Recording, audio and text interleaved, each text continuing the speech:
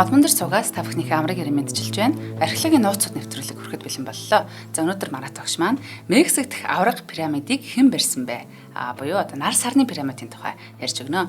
Энэ дугаарыг маань хамтран ажиллагчаар Улаанбаатар гурил гэр бүлийн сонголт. За болон худалдаа эрхлэгчдийн ухаалаг туслах On Time технологи компани ивэнтдээ ажиллаж байна. Нэвтрүүлэг NTV Одмондөр радио 107 83.3 гэсэн хост төлгөөнөөр та бүхэндээ хүрдэгэ.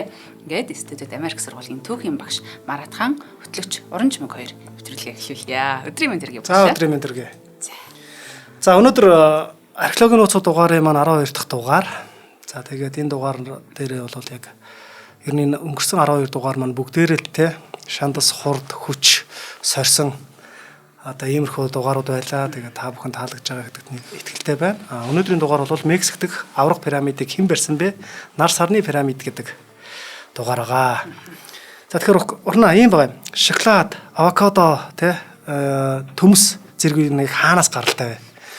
Ер нь өнөөдөр бидний амьдралын өдөр тутмын хэрэглээ болсон эдгээр хүнсүүд бол мэдээж Мексикээс гаралтай юм. Европоос гаралтай гэж ярьдаг байсан боловч яг Европт эдгээр бүтээгдэхүүнүүд Мексикээс ирсэн юм а гэдэг нь бол нэгэн тодорхой олчихсон зүйл. За тэр битээ хэл бид бүр ингээд тодруулж хэлэх юм бол эдгээр одоо хүнсний зүйлүүд бол Месо Америкийн соёл иргэншлээс орломжлогдож ирсэн зүйл аахгүй юу. Гэхдээ бидний төдийлөн сайн мэддэггүй бас бүрэн дүүр нууцыг нь тайлаагүй зүйлс эдгээр соёл иргэншлийн дунд бол бас илүү олон байдаг. Юун түрүүнд одоо Месо Америк гэж яг юу гэсэн утгатай юм те ямар үг байдгийг гэдгийг тайлбарлах нь зөв баг. Месо гэдэг үг бол дунд, төв те гол гэсэн утга санааг илэрхийлээд байгаа байхгүй. Тэгээ Месо Америк гэдэг нь бол одоогийн Мексик, Гватемала, Белиз, Гондурас, Сальвадор зэрэг Төв Америкийн одоо ингээд зарим хэсгийг хамарсан эртний соёл иргэншлүүдийн төв бүс нутаг. Энэ газар нутаг нийтийн тооллын өмнөх 2000-аас оноос нийтийн тооллын өмнөх 1500 он хүртэл олон хүчирхэг иргэншлүүд оршин тогтнож шинжлэх ухаан, архитектур, одон орон, бичиг үсэг, шашин шүтлэг ингээд эдгээр одоо зүйлүүдэд чухал нөлөө үзүүлж байсан. Энэ иргэншлүүд үндсэндээ одоогийн Төв Америкийн соёлын үндэс суурийг бүрдүүлээд өнөөгийн түүх, археологи, антропологийн судалгаанд бол үнэтэй хувь нэмрүүдийг оруулсан байдаг. Месо Америкийн хамгийн эртний бөгөөд нөлөө бүхий одоо иргэншил болвол Олмекууд гэж одоо энэ угсаатангууд байгаа байхгүй. Тэд нийтийн тооллын өмнөх одоо 1500-аас 400-аад оны хооронд оршин тогтнож байсан Месо Америкийн соёлын ихмээр нэрлэгддэг. Хамгийн ихний. Олмекууд нь том чулуун хүний толгой баримлуудаараа алдартай бөгөөд хөдөө аж ахуй эрхэлдэг, шашны зан үйл үлддэг, тоглоомын талбай, пирамид хэлбэртэй байгууламжуудтай гэх мэтлэнгээр одоо ингээд маш олон соёлуудыг үлдээсэн байдаг. Тэдний соёл нь дараагийн Майя, Ацтекийн соёл иргэншилд бас гүн нөлөөгөө үзүүлсэн. Месо Америкийн бас нэгэн том иргэншил нь болохоор энэ Теотиуакан гэдэг энэ бол Теотиуакан гэдэг янз янзаар нэрлэдэг байгаа. Гэхдээ Теотиуакан энэ бол нийтийн тооллын 100-аас 750 онд Мексикийн төв хэсэгт оршин тогтнож исэн хамгийн том эртний хотуудын нэг. Теотиуакан төвлөрсөн засаглалтай худалдаа шашны төв байсан бөгөөд хэдийгээр бичиг үсэхгүй байсан ч тэдний урлаг, тахилын ёслол, хот төлөвлөлт нь өндөр түвшинд хүрсэн гэж судлаачид үздэг. Месо Америкийн одоо өөр нэг том соёл иргэншилтэй мэдээж Майячууд. Тэд нийтийн тооллын өмнөх 2000 оноос нийтийн тооллын 1500 он хүртэл Гватемала, Белиз, Хондурас, Мексикийн өмнөд хэсэг тархсан хүчрхэг үндэстэн байсан. Тэд бичиг үсэгтэй, одон орон, математик, одоо нарын цаг тооллын одоо ингээд нарны цаг тооллын системтэй байсан бөгөөд хаан засаглалтай олон бурхтыг шүтдэг байсан. Ариун хожим үеийн нэг том иргэншил нь болохоор Ацтек. Нийтийн тооллын 1300-аас 1521 оны хооронд Мексикийн төв хэсэгт оршин тогтносон хүчрхэг эзэнт гүрэн тэдний нийслэл энэ Теночтитлан гэдэг төв хэсэгт оршин тогтносон хүчрхэг эзэнт гүрэн тэдний нийслэл нийслэл нь Ацтекууд нь одоо өөрсдөө бол ийм цэрэг аримтай, нийслэл хоттой, худалдаа эрхэлдэг, тахил өргөх ёслол үлддэг байсан бөгөөд хожим Испани байлдан дагуулалд өртөж мөхсөн. 1521 он гэхээр яг л тийм болж тарадаас Европууд Америк төвтгөл тавьсантай холбоотой түүх. Ярианы ихэнд яг ингээд дурдсанчлан Месо Америкийн иргэншлээс үлдэж хоцорсон гайхамшгуудын нэг бол пирамидууд. Хүн төрөлхтний хамгийн эртний нууцлаг архитектурын байгууламжийн нэг бол пирамид. Бидний хамгийн сайн мэддэгчлэн алдартай одоо пирамид бол мэдээж Египтэд бий. Нийтийн тооллын өмнөх 2600-аас 2500 оны үед баригдсан алдартай фараонуудын булш бунхан гэсэн үг шүү дээ чинь тий. Үүнээс гадна Месоамерикийн буюу одоогийн Мексик, Гватемалд бас аврах том пирамидууд байдаг. Нөв буюу өнөөгийн Суданд хаттын булшийг пирамид хэлбэрээр байгуулж байсан түүх сурвалжийн мэдээ байна. Бүр сонирхолтой нь зүүн өмнөд Аз, Хятадд мөн пирамид хэлбэрийн булшууд бас байж байгаа. Яг пирамид хэлбэрийн гэсэн үг шүү. Орчин цагийн гинэ эрт цагийн пирамидууд шүү дээ. Яг тэрнтэй адилхан юм пирамидууд, хэлбэртэй пирамид Хятад байдаг. Бүр эртний Хятадын хаадуудын бунхан нь өөрөө пирамид хэлбэртэй байхгүй. Гэхдээ яг пирамид хэлбэртэй гэдэг нь болохоор өнөөдрийн бидний ярьж байгаа нар сарны бурхан гэдэг байгаа шүү дээ. Энтэй яг адилхан энэ яг дээгүр нь оройн юм гу буруулж биш байгаас дээгүр ингээд хатгаа зассан. Тэрнтэй адилхан хан улсын хаадын бунхан, язгууртнуудын хаттын бунхан эднүс чинь бас яг ингээд пирамид шиг явж байгаа дээгүр ингээд тавцантай гэсэн иймэрхүү хэлбэртэй харагддаг байхгүй. Одоо геометрийн дүрсээр бол трапез хэлбэр гэж яриад байдаг тийм чинь. Тэгээ иймэрхүү одоо пирамид хэлбэртэй зүйлс бол хаа сайгүй байгаад байдаг. Пирамидыг яах гэж ямар зорилгоор барьдаг вэ гэсэн асуулт гарч ирнэ. За ерөнхийдөө харах юм бол ер нь мэдээж ингээд хаад язгууртан өндөр сурвалжт хүмүүсийг оршуулах байгууламж бол пирамид байгаа. Харин Месоамерикийн иргэншилд бурхан тахил өргөх газрыг ч пирамид хэлбэрээр байгуулдаг байсан байгаа байхгүй юу? Энэ бүс нутгийнх нь. Мөн пирамидаас нар сарны хөдөлгөөн оддыг ажиглах тэ одоо ингэж оддыг ч ингэж ажиглах одоо ийм ажилтны талбай болгож ирсэн. Өнөөдөр бид Теотиуаканы нар сарны пирамидын тухай онцолж ярих юм. Теотиуакан бол одоогийн Мексикийн Мексико хотоос 40-50 км-ийн зайд оршдог. Багаар бодоход 2000 орчим жилийн түүхтэй хот. Теотиуакан гэдэг нэрийг ацтекууд өгсөн бөгөөд энэ нэр нь өөрөө маш сонирхолтой байхгүй. Бурхад газар буудаг хот гэсэн утгатай байхгүй. За өөрөөр хэлэх юм бол бурхад тэр газар ингэж бууж чуулдаг. Тэгээд тэр чуулсан нь бол хүн төрөлхтний хамгийн гоё одоо ингэ сонгосон хэсэг бол энэ хэсгээ бурхадын буудаг газар гэсэн утга санааг илэрхийлээд байгаа. За үүнээс ч одоо ингэ те өмнө нийтийн тооллын өмнөх 1-р зуунаас нийтийн тооллын одоо 7-р зууны хооронд энэ хотод одоо цэцгэлэн хөгжиж байсан тухай бас яригддаг. Хэдийгээр хотыг анх хэн байгуулсан нь тодорхойгүй ч анхны буюу уугуул оршин суугчд буюу олимик соёлоос гаралтай гэж хүмүүс гэж таамагладаг, эрдэмтэд таамагладаг. За тэгээ Теотиуаканы гол онцлог нь бол хотын хэмжээ, төлөвлөлт, архитектурд одоо ингээ оршиж байгаа. Хот нь ойролцоогоор 20-28 км газар нутгийг хамардаг байсан бөгөөд нийт оршин суугчдын тоо тухайн үедээ 200-аас 300 мянгад хүрч байсан гэдэг.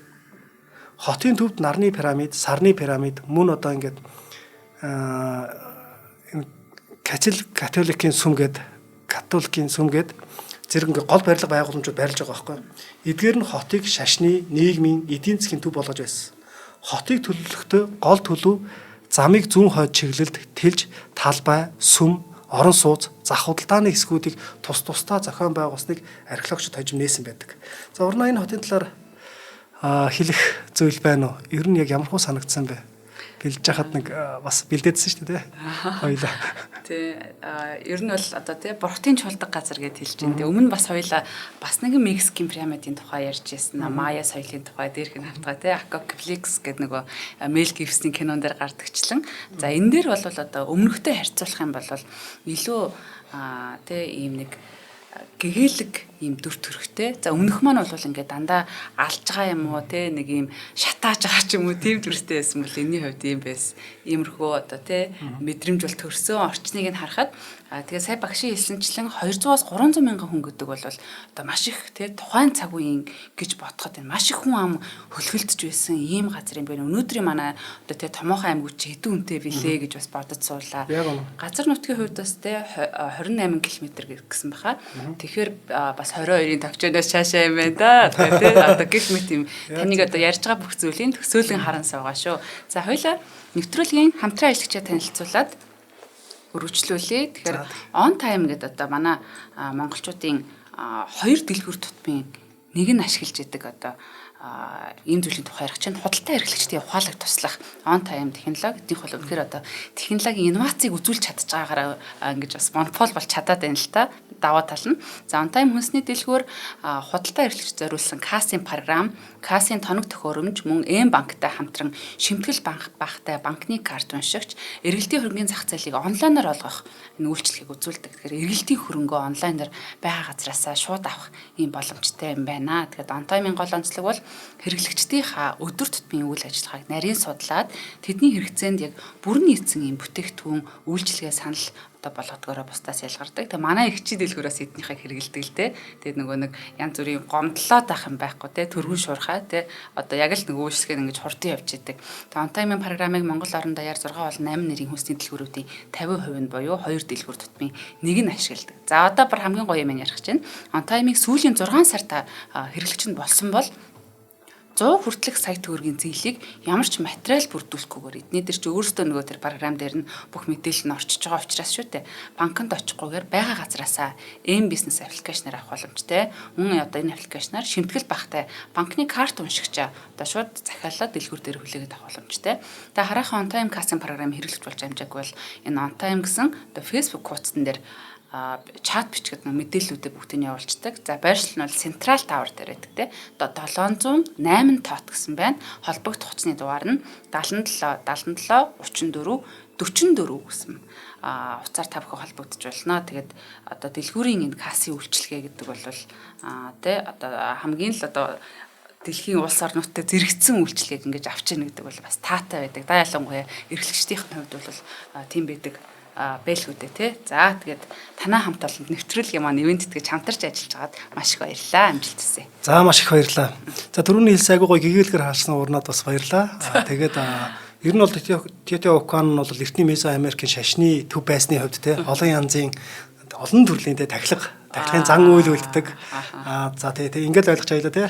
Үүнээс гадна пирамид, талбай, сүм зэрэг тий хотын барилга байгууламж нь одоо орон судлал, байгалийн үзэгдэл тухайн одоо бүсийн цаг ууртаа нэгт холбогдсон баригдсан гэж судлаачид онцолдог. Өнөө үед Тетя Окан нь бол Мексикийн хамгийн том алдартай археологийн дурсгалт газар бөгөөд ЮНЕСКОгийн дэлхийн өв бүртгэгдсэн. Өөрөөр хэлбэл энэ хот эртний соёл, архитектур, шашны төвийн онцлогийг харуулах, судлах гол төв болсон. Мөн жилдээ 3 сая жуулчд хүлээн авах хүчин чадалтай гэж байгаа байхгүй. За тэгэхээр энэ бүс нутагт 3 сая жуулчин те яг энэ одоо ингээд дурсгалаараа олно гэдэг бол бас чамлахааргүй том тоо. Төрөнд өрсөлдсөнчлэн хотод те соёл, шашин, уран барилгын гайхамшиг гэж хэлж болох нар сарны пирамид байдаг. Нарны пирамидыг нийтийн тооллын 100-аас 200 оны орчимд барьсан гэж үздэг. Ойролцоогоор 65-аас 66 м өндөр. Доод суурийн хэмжээ нь 225-аас 230 м. Барилгын одоо материалд бол 2.5 сая ширхэг одоо ингээд блокийг ашигласан гэж байгаа байхгүй. Том блокуудыг тий. Пирамидын суурийн доор 6 м гүн 100 орчим метр өргөнтэй юм агуу байдаг. За пирамид нь шаталсан бүтцтэй өөрөөр хэлбэл орой руугаа нарийссан хэлбэртэй тул архитектурын хувьд маш тогтвортой. Тиймдээ чи энэ одоо мянган жилийн хугацаанд оршин тогтнож ирсэн те бат бөх байгаа шалтгаан нь бол үүнтэй холбоотой. Эртний Тетя Оканчуудын пирамидыг гадаргууг те ойролцоох газраас олборлсон шохоогоор будаж ханыг нь зургаар чимгэлсэн. Гэхдээ цаг хугацаа бороо салхины нөлөөгөөр олон зураг нь арилж одоо бол могоо болон энэ өчнбөрийн хөл толгоон хэсгийн төрслүүд ийм зэргүүд нь гээд хэсэгчлэн үлдсэн байдаг. Нарны пирамид баруун хойд зүгт налан байрлсан бөгөөд оройн нар жаргах цэгтээ тохирдог. Тэнгэрийн хаяг чиглүүлэн барьсан энэ пирамид жилийн улирлын тодорхой өдрүүдэд нар хаана байрлаж байгааг тэмдэглэх зорилготой байсан гэж таамагладаг. Пирамидын доторх бүтэц маш нарийн зохион байгуулалттай. Гаднаасаа шаталсан пирамид л харагдах боловч дотроос халаалсан энэ олон нөхөн хонглуудтай. Эдгээр салаалсан хонглууд явсаар пирамидын яг гол танхим руу хүргэдэг. Түүнчлэн пирамид доторх олон нууц өрөө рүү энэ хонглуудаар дамжин ордог. Пирамидын гол танхим нь суурийн доор байгаа агуй руу бас шууд холбогддог. Пирамид доторх эдгээр өрөөнүүдээс эд үлгийн зүйлс, шавар сав, амтны яс, чулуун, хутга, зэрэг эрт цагт одоо ингээд тахил өргөхөд голдуу хэрэгэлдэг байсан зүйлсүүд олдсон байдаг. Эдгээр Маягийн хаадын булчнаас олддог зүйлстэй нэлээд төстэй. Пирамидын бүтэц, дотоод зохион байгуулалт, хожим нь олдсон археологийн олдвруудаас энэ бол бурхтад тахил өргөдөг газар байсан гэж таамагладаг. Нөгөө талаас хотын иргэдийн шашин шүтлгийн төв, нууц ёслол, шашны зан үйлийг үйлддэг байсан газар гэдэг нь харагдаж байгаа. Мөн Тетя Окан хотын баруун хэсэгт нарны пирамидтай зэрэгцэн байрлах сарны пирамид гэж бий. Энэ хоёр пирамид хоёулаа мөнхийн зам нэртэй хотын гол гудамж руу дагуу ингээ байрлагтай байдаг. Сарны пирамидыг нийтийн тооллын 100 онд анх барьж эхэлсэн гэж үздэг. Гэхдээ 7 үе шаттай бөгөөд өргөтгөл шинжилэл хийсний дунд үр дүнд одоо ингээ одоогийн энэ аврах байгууламж бий болсон. Энгийнээр хэлбэл дээр нь давхарласан 7 хэсгээс бүрддэг энэ тухайн үеийн уран барилгын гэдэг уран нарийн хийцийг харуулдаг энэ байгууламж нь Титиокаан буюу Бурхтын хотын гол тахилгын төвүүдийн нэг байсан гэж судлаач таамагладаг. Пирамидын оройроо авирах налуу шат тавцангууд байдаг нь тахил өргөх зан үйл хийхэд зориулагдсан байж гэж. Яг тэр одоо ингээд зан үйл хийхдээ ингээд голд ингээд шат байгаа нь тухайн орой дээр нь гарч зан үйл хийхэд илүү одоо ингээд амархан хялбар болгосон гэж. За тэгэхээр тахил өргөхдөө хүн амьтан эд зүйлийг одоо энэнгүр гэж авч явдаг гэдэг нь бол хүнээр тахил өргөдгөө гэдгийг бас давхар харуулад байна Сарны пирамидын 7 давхар нь өөр цаг хугацаанд баригдсан ч бүгд шашны зан үйл зориулагдсан өөрчлөлт байсан. Жишээлбэл эхний давхар болох 1-р барилга нь Титиокааны хамгийн эртний дурсгал бөгөөд ойролцоогоор нийтийн тооллын өмнөх 100-аад оны орчим баригдсан. Энэ нь гадуураа басаад буюу нүүрвч бүхий дөрвөлжин давцсан бөгөөд талбай нь ойролцоогоор 23.5 м урттай. Дараагийн давхар нь өмнөх байгууламжийг баг зэрэг өргөтгөж баруун болон зүүн ханыг нь ойролцоогоор 29.3 м болгон өргөтгсөн. 3 дахь давхар нь өмнөх байдлага баг зэрэг ингээд давхарсан боловч хэлбэр дүрсийн хувьд ямар нэгэн өөрчлөлт ороогүй мэтэр ингээд шатлаад дэшээ явдаг. Харин нийтийн тооллын 250 онд баригдсан 4 дахь давхар нь баруун зүүн талдаа 89.2 м, хойд болон өмнөд талдаа 88.9 м болж томоохон өргөтгөл хийсэн байна. 5 дахь давхар буюу давхар нь хойд болон урд хааны уртыг 104 м болгож тэлсэн бөгөөд ёслолын тавцан маягийн хэлбэр оруулсан гэж. Ингэж явсаар нийтийн тооллын 400 оны орчим Сарны пирамидыг яг одоогийн төрхөө олсон гэж үзэж байгаа. Тэгэхээр 100 оноос ахуулаад эхэлж барьсан бол 300 жилийн хугацаанд энэхүү байрлал үргэлжилсэн гэж. За нэршлийн хувьд бол нар Сарны пирамид гэдэг нь бол ацтекуудаас гаралтай. 13 дугаар зуунд Титиокааны нээсэн ацтекууд нь энэ газрыг бурхад цуглаж орчлон ертөнцийг шинэ хүчээр тэтгэх ёстой гэж үзэж ирсэн. Түүнчлэн нарны бурхан хорвоогийн аль газрыг гэрэлтүүлэхээ шийддэг тул энд бурхан сүсэглэж тахил өргөдөг талбараа нарны пирамид гэж нэрлэсэн. Сар бол эртний ацтекуудын үздгээр газрыг усалж үржил шимээр тэтгэдэг тул сарны бурханд тахил өргөдөг газраач Сарны пирамид гэж нэрлсэн байна гэж үзэж байгаа. Хэдийгээр ацтекууд хотын балгасыг олж одоо бидний дууддаг нэрийг өгсөн ч энд суурьшаагүй.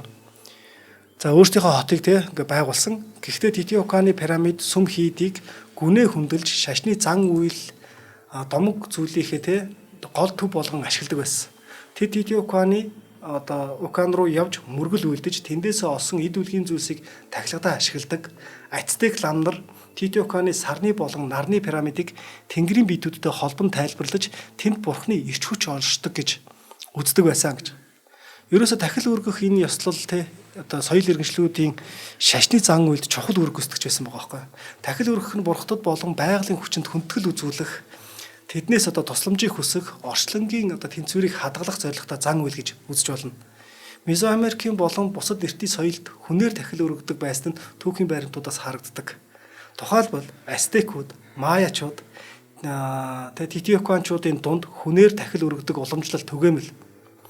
За яг ямар хүнээр тахил өргөх вэ гэхлээр эрд гараагүй эм. За энэ ингээд охин биеэрээ байгаа гэсэн утга санааг илэрхийлж байгаа.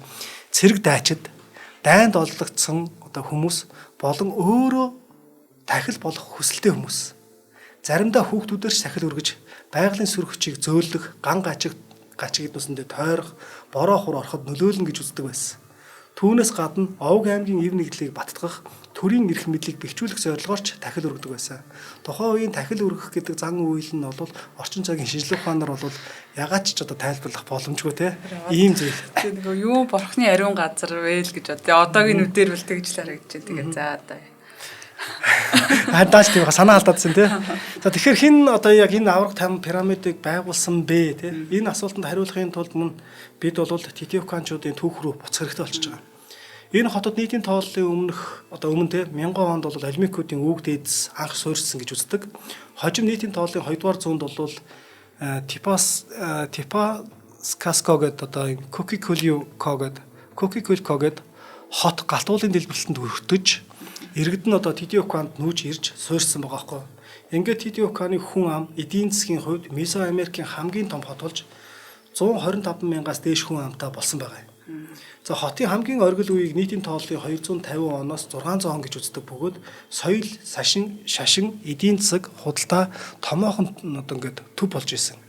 Археологийн судалгаагаар Титиоканчууд олон янзын угсаатнууд амьдарч исэн гэж тогтоогдсон бөгөөд эдгээрийн дунд одоо Запотек, Маячууд те Микстек, Нахутел хилтнүүд зэрэг ийм одоо ингээд бүлгүүдж багтдаг байсан байгаа юм. Эдгээр бүлгүүдийн зарим нь бол Титиоканд байнга суурьсан, зарим нь төр хугацаагаар оршин сууж байсан бөгөөд хотын дотор тусдаа хороолол соёлын төвдтэй байсан байгаа юм. Жишээлх юм бол Маячууд бол худалдаа те шашин одоо ингээд шашны шалтгаанаар ирж суурьсан болол Запотекууд бол өөрийн уламжлалт урлаг, шашин, зарим одоо зан үйлийг авчирсан гэж энд үздэг. Титиоканыг олон үндэстний соёлын нэгдэл болсон хот байсныг харуулдаг. Титиоканы одоо нийгмийн бүтэц тодорхой шаталтай байсан элитүүд буюу шашны удирдагчид, эрх мэдэлтнүүд, худалдаачид хотын төвд амьдарч улс төр шашны амьдралыг нь удирдах байсан. Гар орчууд нь шаазан, чулуун эдлэл үйлдвэрлэж хотын эдийн засаг чухал үүрэг гүйцэтгэдэг байсан гэж. Хөдөө аж ахуйн эрхлэгчид хотын зах, гадна талд тариалан эрхлэж хүнсний хангамжийг бүрдүүлдэг байсан бол цэргийнх нь хотыг хамгаалж байсан гэж. Гэвч 6 дугаар зууны үеэс 7 дугаар зууны дунд үе гэхэд Титиоканыг орхигдсон, эзгүүрсэн бөгөөд хожим ирсэн ацтекууд нэгэн одоо ингээд цагт цэцэглэн хөгжиж байсан хотын тойр дурсгалуудыг л олсон байгаа юм. Хагас мянганы турш оршин тогтносон энэ хот яагаад эзгүүрсэн бэ? 200 мянган одоо баг 200 мянган орчим те 200-аас 300 мянган ингээ оршин суугч нар нь хайцсан бэ.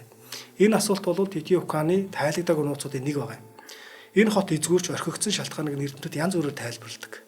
За нэгдүгürt бол ард түмний бослого болж өөмийн самуун тэгзэн гэж.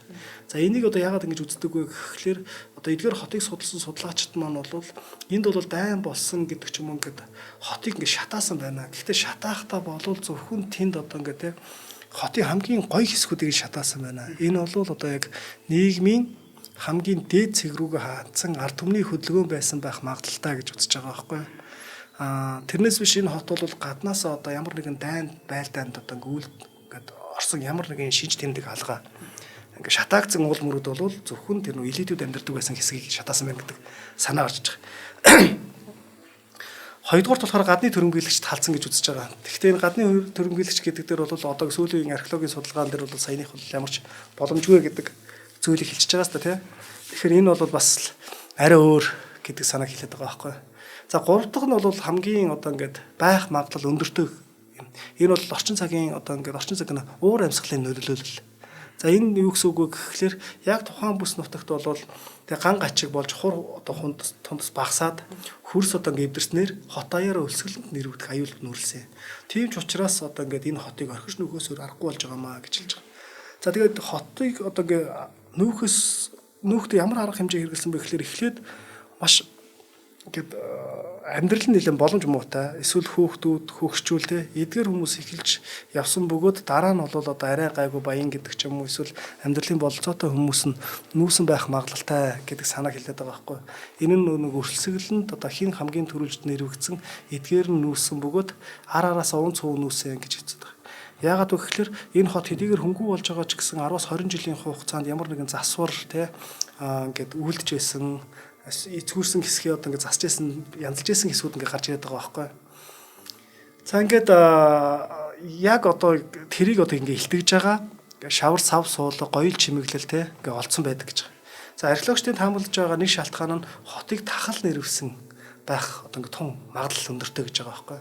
Энэ нь бол хүн байхгүй болох нэг шалтгаан гэж хэлээд байдаг. Гэхдээ энийг бас үгүйсгдэг эрдэмтэд байна. Энэ юу вэ гэхэлэр хэрвээ ямар нэгэн байдлаар тахал болсон эсвэл харь улс орнд довтлоод те ингээ үе олноор нь хүний хөнөөсөн бол маш олноор нь оршуулга илрэх ёстой.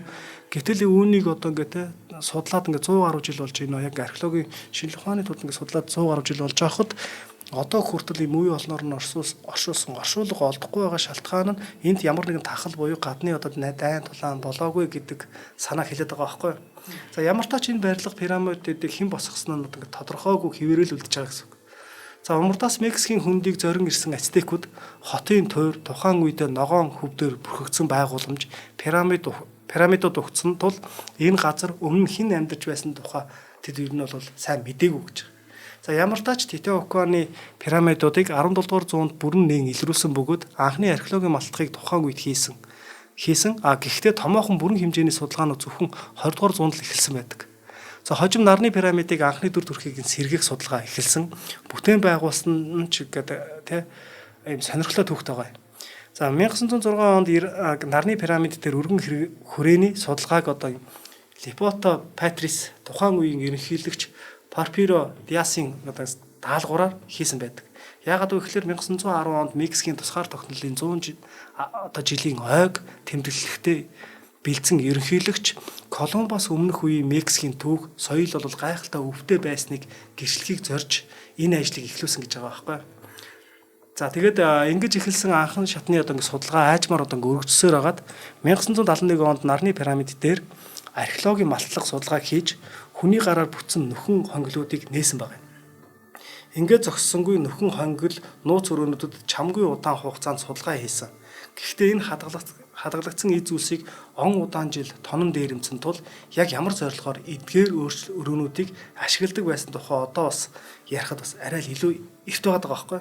Яагаад гэвэл яг ямар учраас хийгээд байгаа гэдэг нь тухайн үед байсан тэдгэр олдрууд ихэнх нь тончсон байсан л шалтгаантай байна. За одоогоор пирамидаас нийт 16 буш олдоод байгаа. Байгууламжийг барьсан хүмүүсийнх байж магадгүй гэдэг ийм таамаглал энд бас байгаад байгаа. Харин суурийн дөрвөн булангаас хүүхдийн буш илрүүлсэн нь дахил үргэсэн багчуудих гэж үздэг. 1930-ад оноос Мексикийн үндэсний антрополог, түүхийн хүрээлэнгийн археологчид энэ Александро Сарабигийн удирдлагаар өмнөх судлаачдын гаргасан нэвтрэх замыг өргөжүүлж нэмэлт хонгилуудыг ухаж нууц өрөөнүүдийг илрүүлсээр байгаа юм. 1959 онд археологч Рене Милон болон түүний баг Эртний пирамидын доорх хонгилын системийг судалсан анхны багуудын нэг байсан. Хонгилын судалгаагаар бусад соёл иргэншлээс үлдсэн сав суулга, зуух, нарийн урсан олдрууд олдсон нь Титиокаан тухайн үед олонний хүлийн газрын хүмүүс олон хүмүүс очдог байсан зэрэг ийм гол мөрөлдөд байгаа байхгүй. За тэгээд дээрэс нь мөргөл үлддэг шашны төв байсныг нотлох баримтууд олдоод байгаа. Нарны пирамидын доорх агуйч археологчид судлаачдын хувьд сонирхол их татсан байгууламж. Энэ агуйг байглаасаа үүссэн, өөрөөр хэлбэл хүний гараар байгуулаагүй гэж үздэг. Эртний олон соёл иргэншилтэй агуйн бүтээх үе, төрөх үе мөн амьдралын бэлэг тэмдэг. Тэр тусмаа Месоамерикийн иргэншилд бол агууг дэлхийн умаа гэж үздэг учраас ариун гэж үздэг байсан. Тэгэхээр уугуул Титиокаанчууд аврах пирамидыг ариун газар буюу агуу дээр байгуулсан нь шашны томоохон агуулгатай болж таарч байгаа гэдэг зүйлийг хэлж болохоор байгаа тийм. 1980-ад оны үед археологчид пирамидаас 12 хүний цогцос олсон ийм өрөөг илрүүлж байгаа байхгүй. Тэдний газрыг нурууных нь ард тэдний гарыг нурууных нь ард зөрүүлээд боочсон байгаа байхгүй. Хүчлээд боосон гэсэн. Тэгэхээр энэ бол яагаад ингэж боосон бэ гэхээр 10 хүний гарыг боосон гэдэг нь бол мэдээж эдгээр хүмүүсээр тахил үргэсэн эсвэл энэ Титиокааны оршин суугчдын дайсан байх магадлалтай гэж. За үлцэн хоёр хүрэн л өндөр дээд гаралтай хүмүүс байсан гэж таамагладаг. Учир нь тэдний цогцыг эмх цэгцтэй залсан бөгөөд чулуун чимэглэл, эмэг зэрэг зүйлс олдсон нь бол ингэж таамаглахад хүрэж байгаа. Сарны пирамидын хувьд тахил үргэх гол төв байсан. Археологчдын хийсэн судалгаа, илрүүлсэн олдруудаас ч энэ нь харагддаг. Сарны пирамидыг 7 давхраас нийт 5 булш илрүүлсэн. Тухайлбал 250 оны үед баригдсан 4-р давхраас баруун зүг рүү харж суусан 40-с 50 насны эрэгтэй хүний цогц олдсон бөгөөд өндөр сурвалж язгууртан байсныг илтгэх чимэглэл хүзүүний зөвлөлт чихний гоёлтой байв. За ингэж үзэх юм бол яг мөн энэ давхраас хүний дүрстэй хөшөө энэ хутга чулуугаар хийсэн эмэгтэй хүний хөшөөч олдсон байдаг. Мөн 300 оны үеийн 5 дугаар давхурт хамаарах 13-аас 44 насны 4 эрэгтэй хүний цогц олдсон бөгөөд бүгд гар хөлн хүлээстэй байсан нь тэдний дайн золдлогдсон байж магадгүй. Тэгээд тэднэрээр бас тахил үргэсэн байх гэдэг ийм таамаглалыг төвшүүлж байгаа байхгүй. Эртний иргэжлийн тахилын төв бурхад бууж ирдэг газар гэгдсэн нар сарны пирамид одоо ч судалгаа үргэлжилж байгаа. Пирамидын суураас доош газар доор өөр нууц байгууламжууд олдрууд байгаа гэж судлаачид үздэг. Бөгөөд аврах пирамидыг барьж байгуулсаны дараа хаашаа явсан хэрхэн өнөг хүртэл нууц хэвээрээ үлдсэн тухай уугуул Титиокаанчуудын тухай өгүүлэх олдруудыг илрүүлнэ гэдэгт бол археологчд бол найдаж байгаа гэж. За хоёул хамтран ажиллагчаа танилцуулгаа. За маш олон хүмүүсийн бас арга хэсэг харуул бас олдсон олдорно гэхээр тий. За нэвтрүүлгийн ивент итгэгчээр Улаанбаатар гурил гэр бүлийн сонголт гэж одоо бидний бүр багаас л нэг Улаанбаатар гурил л байлаа шүү дээ. Тэгээ Улаанбаатар гурил одоо 25 жилийн түүхтэй юм байна. Гэ бодохоор бүр тэ интернет ч гарч ирээгүй байх байсан эхлэлтэй олон жилийн туршлага одоо стандартын байгуулалт явж яадаг байх нэ. Эднийх бол 7 төрлийн гурилтай байдаг. За үүнд нь дээд гурил, 1-р гурил, 2-р гурил, хэвэгтэй гурил, бүхэл үрийн гурил, эрүүл мэндийн гурил гэж бас байдаг. Тэгээ obviously гурил гэсэн одоо obviously гэсэн ийм бүтээгдэхүүнүүд сонголт та бүхний өмнө бас байна. Тэгээд энэ үйлдвэр бол бусад гурилын үйлдвэртэй харьцуулахад цэвэр усыг 12 дахин бага зарцуулдаг, эрчим хүчийг 25% бага хэрэгэлдэг, одоо байгаль орчин дээлтэй орчин үеийн одоо инновацийг шингээсэн юм цогц үйлдвэртэй гэдгээрээ бас давуу талтай. За Туркийн Алапала компани нь дэлхийд тэргүүлэгч гурилын тоног төхөөрөмж үйлдвэрлэгч бөгөөд дэлхийн олон оронд үйлдвэрээ суйрлуулсан байдаг юм байна. Зинхүү Улаанбаатар гурил брэнд нь Монгол улсын гурилын зах зээлийн 32 гаруй хувийг дангаараа ханган ажиллаж байгаа. Үйлдвэрийн хүчин чадал, борлуулалтын цар хүрээ, брендийн нэр хүн дээрээ үндэсний хэмжээний томоохон үйлдвэрлэгч болж чадсан бэлээ гэж байна. За тэгээд нөгөө гадаад дотоод амьдарч исэн хүмүүс маань Монгол гурлаа санаад ирдэг те. Яг Монголын хөрсөнд энэ цаг уурт ургасан одоо энэ ургац гэдэг бол цаанаа л нэг бас өөр гоё амттай байдаг. Тэгээд дээр нэмэх нь одоо гурилуудынхаа сонголт байгаа гэдгийг бас аягүй сайн анхаарад бүхэл бүрийн гурилаар одоо юм хийдэг бол те одоо бүх сонголтууд таны өмнө байх нэ. Тэгэхээр бүх том зах худалдааны төв сүлжээ дэлгүүр гэрийн дор хүнсний дэлгүүрүүд бол Улаанбаатар гурил ингээ байж идэг. Та бүхэн маань Facebook хуудсыг бас дагаарай. Улаанбаатар Flower гэд байгаа. За мөн вебсайт нь болохоор UB гурилцэг эмэн product гэд UB гурилцэг эмэн болохоор энэ байгаа да. Тэгээд дэлгэрэнгүй мэдээллийг авч болно. Тэгээд Улаанбаатарчууд гэлтгүү те 21 аймаг Монгол улс орон даяараа бас ийм гурилын ханган нийлэлтийг хийж идэг танай хамт олонд их баярлалаа. За тэгэхээр одоо ингээд нарны пирамид, сарны пирамид те гэх мэтлэнгээр одоо ингээд Мексикт байгаа эдгээр пирамидын онцлогуд байна. Гэтэл яагаад ингээд дандаа ингээд пирамид гэж нэрлэдэг юм бэ гэдэг асуулт өөр ирэхгүй гарч ирж байгаа хэвээр тий. Тэгж асууж болох юм уу? Тэгээд ер нь ингээд Египтэд байгаа пирамид тий. Тэгээд одоо Мексикт байгаа пирамид, саяны тэр Хятад байгаа пирамид гэж нэрлэдэг байдаг. Эдгээр маань бол ихэнхдээ ингээд дандаа оршуулгын зан үйл үйлдсэн байдаг бол одоо яг одоо Мексикт байгаа энэ нарны пирамид, сарны пирамид бол бурхтай харьцах одоо юм харьцах хэлбэр болж байгаа шүү дээ. За яг ингээд Монголын түүхэнд ч гэсэн гардаг Чингис хаан бурхан халдун уулан дээр гараад одоо ингээд тэнгэрт одоо ингээд өргөлөө илдэг 1200 онд залбирдаг гэл те. За эдгээр ингээд зан үйлүүд хийгээд идэг. Тэгэхээр энэ хүн төрөлхтний түүхэнд ингээд өндөр дээр гарч байгаад гэдэг ч юм уу те. Орой дээр нь гарч байгаад ингээд бурхантай илүү их ойртдаг те. Тэр ойртож байгаа үйл явцыг энэ пирамидаар төлөөлүүлж хилээд байгаа юм утга санаануудыг хилээд иж магадгүй гэдэг юм хилээд байгаа юм. Тий. За тэгэл өнөөдрийн нэвтрүүлэг энэ хүрээд дуусч байна тий. Тий. Одоо бас нэг пирамидууд дээр observation нөгөө одон орны тий тэр одоо ажиглах бас хэсэг байдаг гэдэг нь яг бурхттай бас холбогдоод нэг одон орон заавал холбогдож бас явдаг юм байна. Тэр нь бас их сонирхолтой. Тэгээд нөгөө нарны жаргах тэ цэг нь одоо пирамидын орой дээр яг таарсан байдаг энэ төр гээд бас их сонирхолтой олон мэдээлэлүүд авлаа. Баярлалаа гişэ.